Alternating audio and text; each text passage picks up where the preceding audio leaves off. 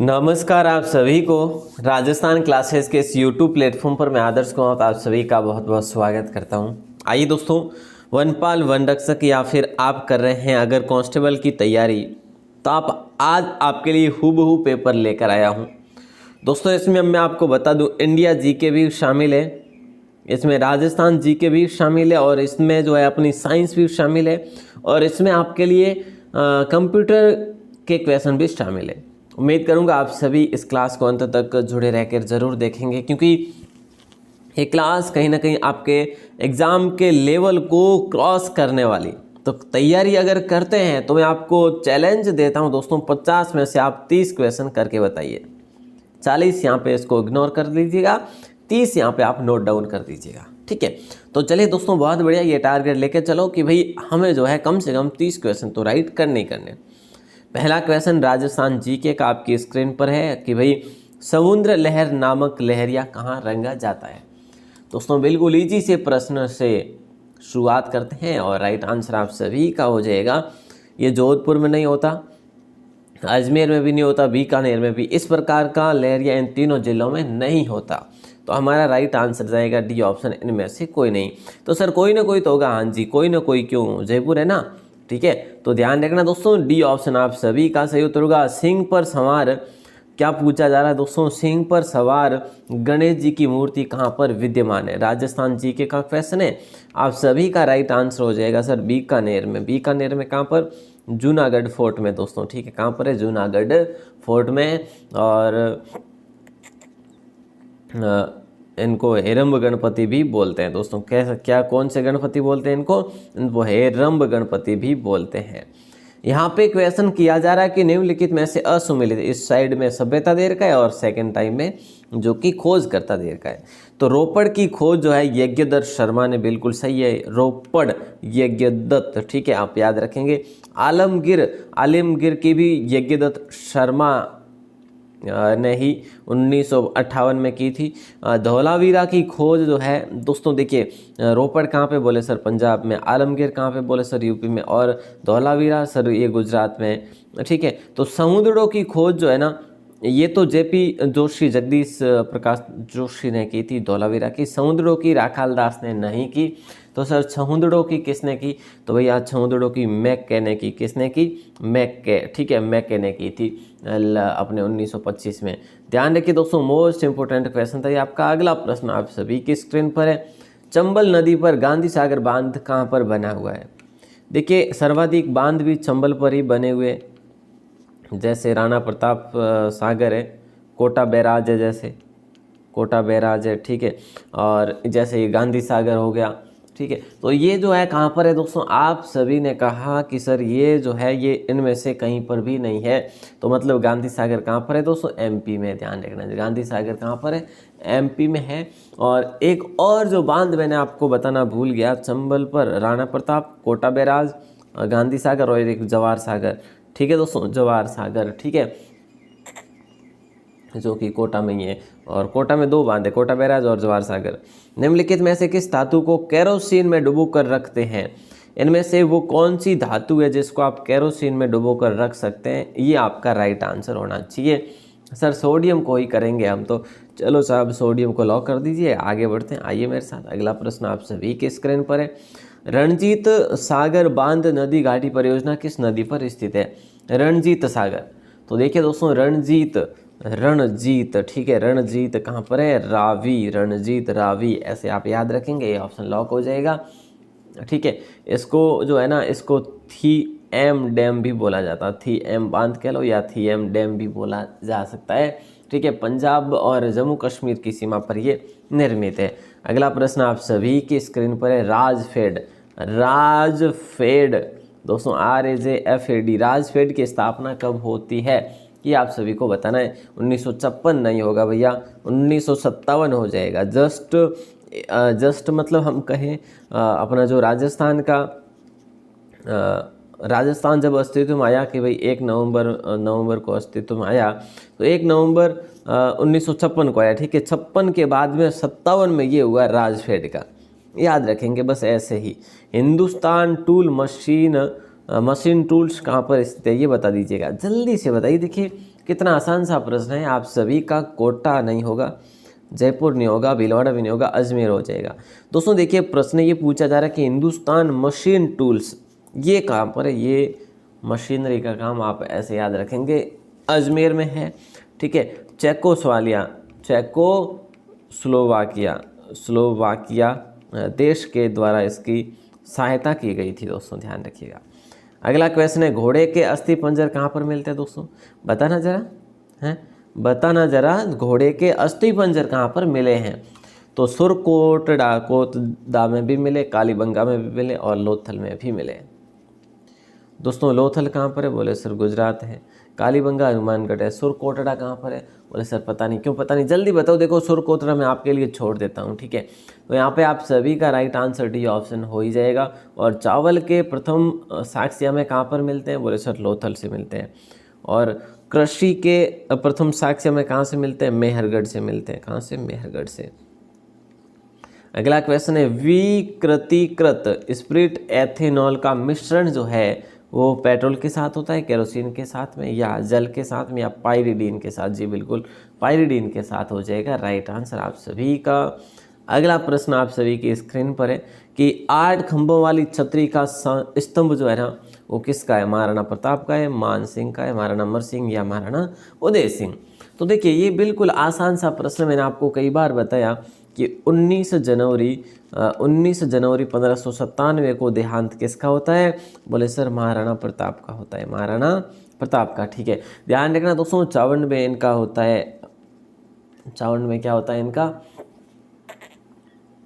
निधन होता है। और बारडोली में इनको जो है इनकी छतरी बनाई गई है जो महाराणा प्रताप की 8 खंभों के दोस्तों अमर सिंह ने बनाई थी। अगला प्रश्न है आप सभी केजड़ या कह लो या केजड़ कह लो, बांध भी है वहाँ पे। हाइड्रोजन स्पेक्ट्रम की व्याख्या करते समय किसने की थी, हाइड्रोजन स्पेक्ट्रम की व्याख्या सबसे पहले किसने की थी, तो यहाँ पे नील्स बोर होगा आपका राइट आंसर, नील्स बोर आप सभी का सही उत्तर हो जाएगा, सी ऑप्शन। अगला प्रश्न है कि भी नागौर का बू गांव किसके लिए प्रसिद्ध है, नागौर का जो बू गांव है ना वो क्यों प्रसिद्ध है। तो आप सबको पता होना चाहिए दोस्तों कि नागौर का जो बू गांव है वो मिट्टी के खिलौनों के लिए प्रसिद्ध है, शिल्प कला के लिए प्रसिद्ध है, ऐसे आप याद रखेंगे। अगला प्रश्न है राष्ट्रकूट वंश का अंतिम शासक जो था वो कौन था, राष्ट्रकूटों का अंतिम शासक सबसे पहले कौन था सर, दंती दुर्ग था। चलो बहुत बढ़िया। और अब सबसे लास्ट की बात करें तो दोस्तों कृष्ण थर्ड थे, ठीक है, कृष्ण थर्ड जो थे वो अंतिम शासक थे, ठीक है, ध्यान रखिएगा। काफ़ी इंपॉर्टेंट प्रश्न है। एंटीसोल समूह की मिट्टी किस क्षेत्र में पाई जाती है। देखिए दोस्तों एंटीसोल समुद्र की मिट्टी जो समूह की जो मिट्टी है किस क्षेत्र में पाई जाती है, तो आप सभी का सही उत्तर हो जाएगा पश्चिमी राजस्थान, है ना, यही करेंगे सर, यही करना है। चलो साहब ए ऑप्शन आप सभी का राइट आंसर हो जाएगा। ये ऊपर की ओर जैसे गंगानगर हनुमानगढ़ उस साइड में है, ये बीकानेर को भी ले सकते हैं। तो पश्चिमी राजस्थान जो है यहाँ पे लॉक कर देंगे आप सभी। अगला प्रश्न आप सभी की स्क्रीन पर आता है कि पूछा ये जा रहा है कि भाई भारतीय कृषि अनुसंधान समिति ने भारतीय मिट्टी को कितने वर्गों में विभाजित किया है। देखिए भारतीय कृषि अनुसंधान समिति ने इसको वर्गों में डिवाइड किया है, तो कहीं ना कहीं आप सभी का राइट आंसर जो होगा वो हो जाएगा 8 भागों में डिवाइड किया। कितने भागों में, भारतीय मिट्टी को 8 भागों में। तो दोस्तों ये मिट्टी से संबंधित 2 क्वेश्चन आ गए। अगला प्रश्न है कि संविधान में अनुच्छेद 214 से 231 तक किससे संबंधित प्रावधान है, 214 से 231।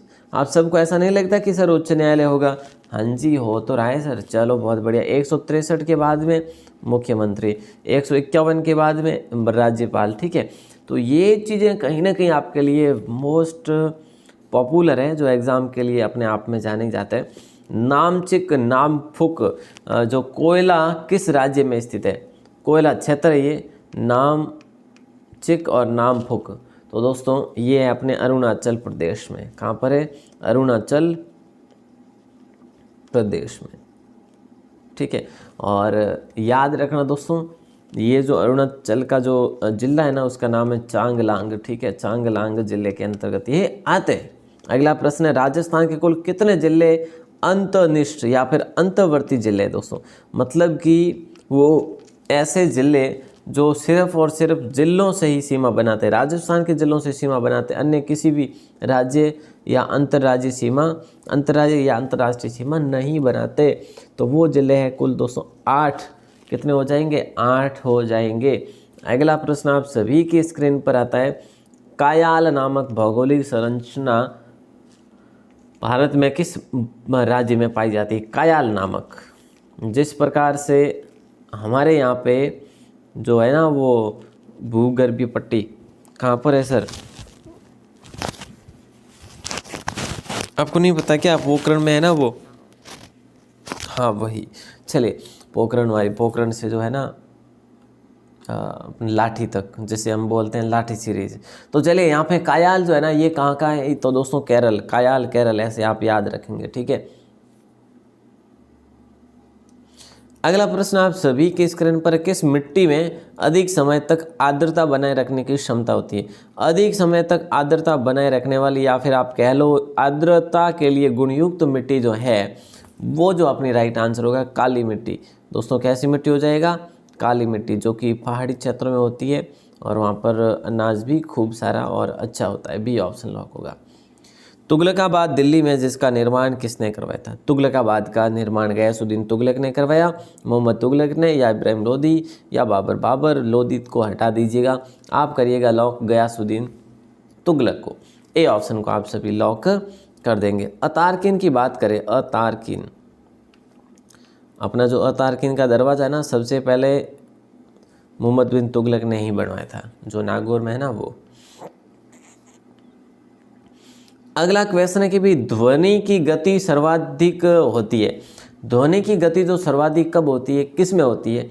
वायु में, जल में, निर्वात में या स्टील में? ध्वनि की सर्वाधिक गति होती है जल में। तो आप सभी का राइट आंसर हो जाएगा बी ऑप्शन। अगला प्रश्न आता है कि सोम, कमला और अंबा सिंचाई परियोजना किस जिले से संबंधित है? सोम, कमला, अंबा सिंचाई परियोजना जो है ये किस जिले से संबंधित है? तो दोस्तों आप सभी का राइट आंसर हो जाएगा बीकानेर, है ना? क्या हो जाएगा? बीकानेर, सॉरी कहाँ बीकानेर यार, डूंगरपुर हो जाएगा, ठीक है। बी ऑप्शन आप सभी का लॉक हो जाएगा। और आपसे पूछ ले सोम कागदर परियोजना का, तो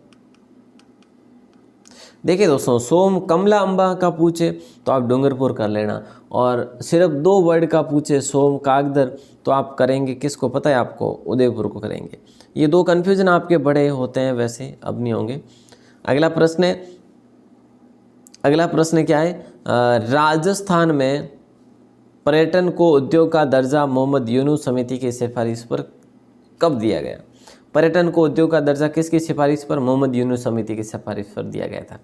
और कब दिया, ऐसा अगर क्वेश्चन कर ले तो आप सभी ए ऑप्शन लॉक करेंगे 1989, ठीक है, 1989, ठीक है, ऐसे याद रखेंगे आप।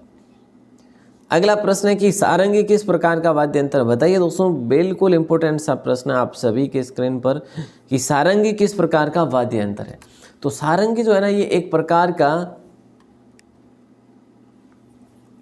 तत्वाद्य, सारंगी है तो तत्वाद्य होगा भैया। ए ऑप्शन आप सभी का लॉक हो जाएगा। सुशीर को फूंक देने वाला ये, ठीक है। घन वाद्य को जैसे पीट कर बजाया जाता है, अवनद्य वाद्य जैसे चमड़े से बना होता है, तत्वाद्य जिसमें तारों से ध्वनि उत्पन्न हो, ठीक है। अगला प्रश्न है कदम्ब वंश की स्थापना किसने की थी? देखिए दोस्तों, कदम्ब वंश, इतिहास में कदम्ब वंश जो है हुआ था और इसकी स्थापना जो है वो किसने की थी? तो आप सभी का राइट आंसर हो जाएगा, वो हो जाएगा मयूर शर्मा ने की थी। और इनकी जो राजधानी बनाई गई थी वो बनाई गई थी वनवासी, ठीक है दोस्तों। तो यहाँ पे आप सभी का राइट आंसर डी ऑप्शन होगा। अगला प्रश्न आप सभी की स्क्रीन पर आता है, राजस्थान में निम्नलिखित में से कौन सा प्राकृतिक भाग सर्वाधिक विस्तृत है? तो देखिए दोस्तों, कितना आसान सा प्रश्न हो सकता है आपके लिए। रेगिस्तान नहीं होगा, हाँ यही होगा, सॉरी, उत्तर पश्चिमी रेगिस्तान ही होगा। लगभग 60% कुल राजस्थान के भाग का है, तो कहीं ना कहीं ए ऑप्शन आपका लॉक हो जाएगा। अगला प्रश्न आप सभी की स्क्रीन पर है कि 1 घंटे के अंतर के लिए कितने देशांतर की आवश्यकता होती है? 1 घंटे के अंतर के लिए कितने देशांतर की आवश्यकता होती है? 10 डिग्री, 15 डिग्री, 20 डिग्री या 25 डिग्री? तो आप सभी का राइट आंसर हो जाएगा 15 डिग्री, ठीक है। मतलब सामान्यतः अगर बात की जाए तो 15 डिग्री देशांतर पर समय में 1 घंटे का अंतर जरूर होता है। बी ऑप्शन आप सभी का लॉक हो जाएगा। अगला प्रश्न आता है नंबर 30। हड्डियों और दांतों में जो रासायनिक पदार्थ विद्यमान रहता है उसे क्या बोला जाता है? हड्डियों और दांतों में जो रासायनिक पदार्थ जो विद्यमान होता है उसको हम कैल्शियम फास्फेट बोलते हैं। ठीक है दोस्तों, कैल्शियम फास्फेट मतलब सी ऑप्शन आपका लॉक हो जाएगा। अगला क्वेश्चन आता है नेशनल कैडेट कोर डे कब मनाया जाता है? नेशनल कैडेट कोर डे जो है ये कब मनाया जाता है? 21 अक्टूबर को, 23 नवंबर को, 25 दिसंबर को या 31 जनवरी को? तो देखिए दोस्तों, यहाँ पे अपना राइट आंसर हो जाएगा 23 नवंबर को। 23 नवंबर को भी ऑप्शन आप सभी का लॉक हो जाएगा। ठीक है, अगला प्रश्न है सिंधु नदी की कौन सी सहायक नदी मानसरोवर झील से निकलती है? देखिए, सिंधु की वो सहायक नदी जो मानसरोवर झील से निकलती है वो हम करेंगे सतलुज नदी। ठीक है, और सतलुज जो है ना ये भारत में कहाँ पर प्रवेश करती है? तो दोस्तों ध्यान रखना, हिमाचल प्रदेश में जो कन्नूर जिला है ना, कन्नूर कह लो या फिर कन्नौर कह लो, कन्नूर जिले के शिपकिला दर्रे से। शिपकिला दर्रा कहाँ पर है? तो बोले सर हिमाचल प्रदेश में है। चलो साहब ध्यान रखना।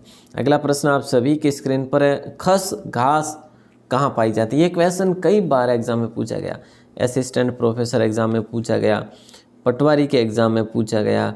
ठीक है, तो ये कहीं ना कहीं मोस्ट इंपॉर्टेंट क्वेश्चन है, इसीलिए जो कि आपको पूछा जा रहा है।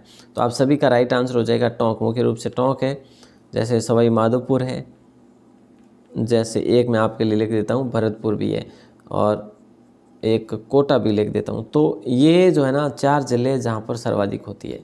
अगला प्रश्न है स्टीलवेल रोड भारत को किस पड़ोसी देश से जोड़ता है? देखिए दोस्तों, ये क्वेश्चन काफ़ी इंपॉर्टेंट है, महत्वपूर्ण भी है, और राइट आंसर आप सभी का हो जाएगा चीन से जोड़ता है दोस्तों। किससे? चीन से।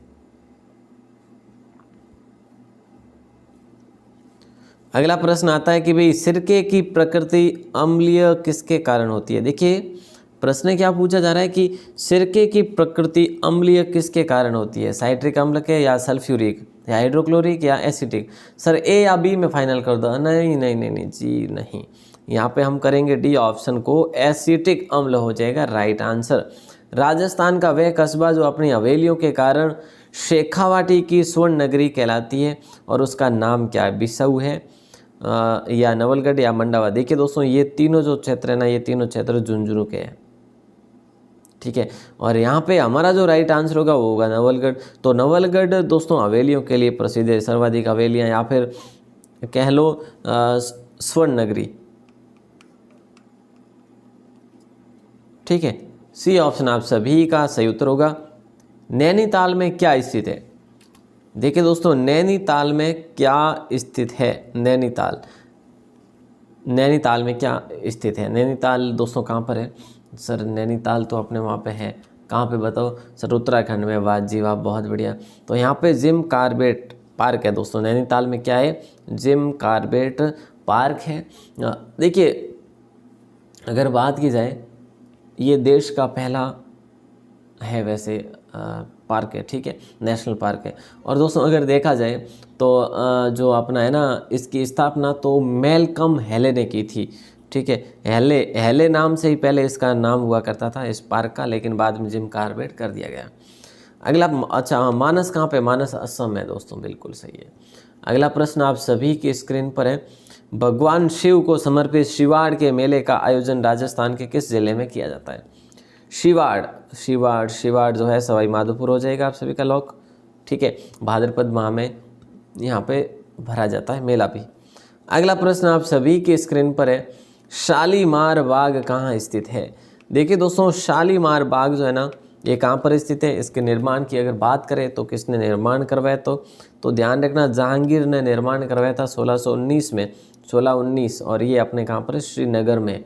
तो कहीं ना कहीं हम जाएंगे डी ऑप्शन के साथ। अगला प्रश्न है, बैटरी बनाने में किस अम्ल का प्रयोग किया जाता है?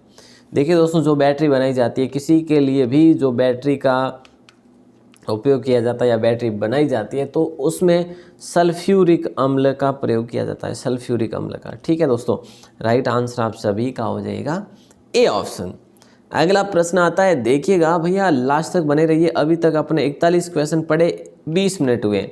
मुझे ऐसा लगता है कि अपने सुपर फास्ट ही किया है, ज़्यादा कोई टाइम लिया ही नहीं है।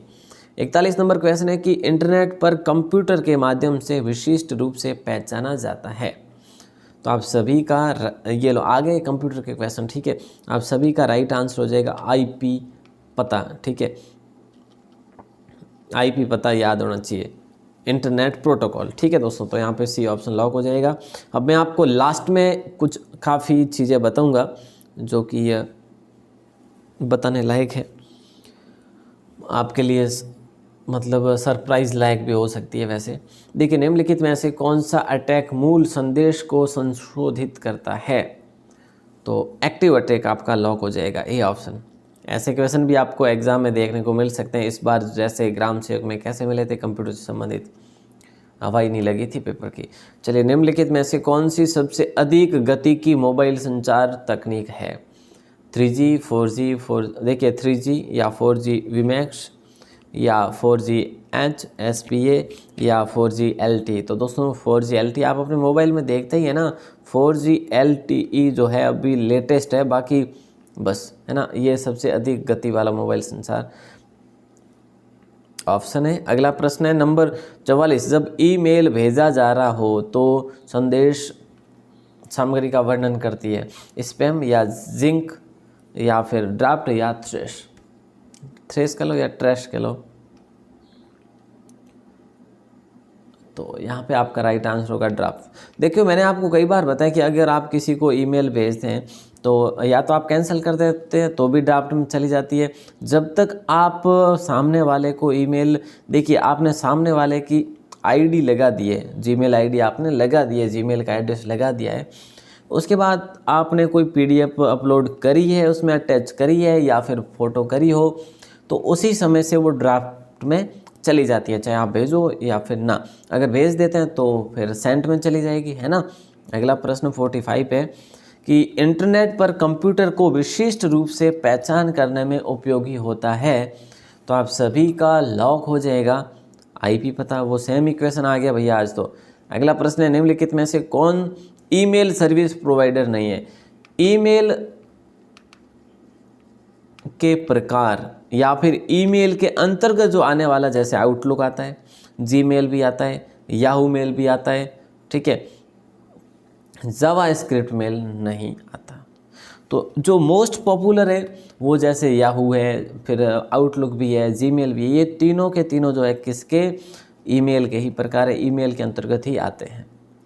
ठीक है दोस्तों, आगे बढ़े, अगले क्वेश्चन को देखते हैं। आइएगा, अगला क्वेश्चन है कि निम्नलिखित प्रकार के चैनलों में से कौन सा अपेक्षाकृत डेटा को धीरे भेजता है? Wide band channel, voice band channel या नैरो बैंड चैनल या ब्रॉडबैंड चैनल? देखो, ब्रॉडबैंड तो सबसे फास्ट है, लेकिन नैरो बैंड जो है ये सबसे धीमा है। ठीक है, तो राइट आंसर आप सभी का सी ऑप्शन लॉक होगा। अगला प्रश्न आप सभी की स्क्रीन पर आता है, ये लो 48 नंबर, कि भाई माल वस्तु के स्थान को ट्रैक करने के लिए विशेष एम्बेडेड चिप्स कहलाती है, वो क्या कहलाती है? एम्बेडेड जो चिप कहलाती है ना, वो क्या कहलाती है? ये आप सभी को बताना है।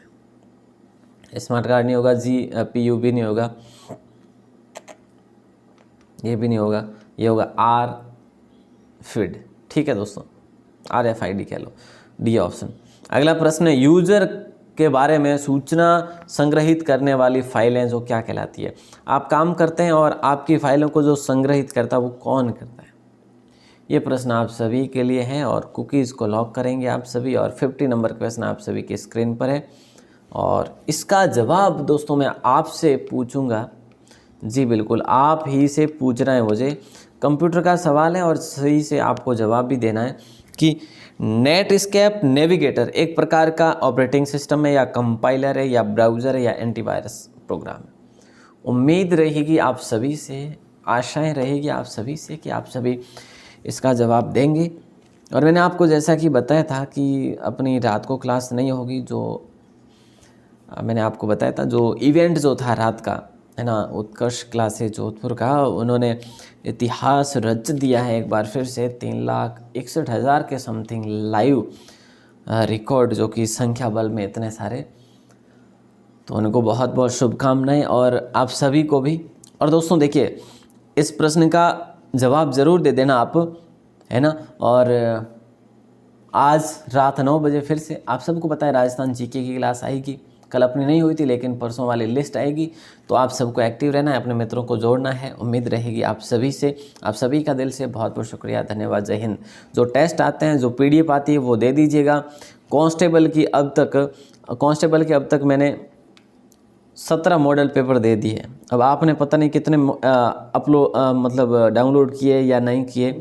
वो जो 17 मॉडल पेपर है दोस्तों, आपके एग्ज़ाम के लिए महत्वपूर्ण भूमिका निभाने वाले हैं। वो ऐसा ही नहीं कि केवल और केवल आपको सॉल्व करने के लिए दिया, नहीं, वो आपको बहुत ही अपने एग्ज़ाम पर जो आधारित ये क्वेश्चन बनाए, इनमें से क्वेश्चन भी आ सकते हैं। 17 मॉडल पेपर ज़रूर डाउनलोड करें, बिल्कुल निःशुल्क है। चलिए, आप सभी का दिल से बहुत बहुत शुक्रिया।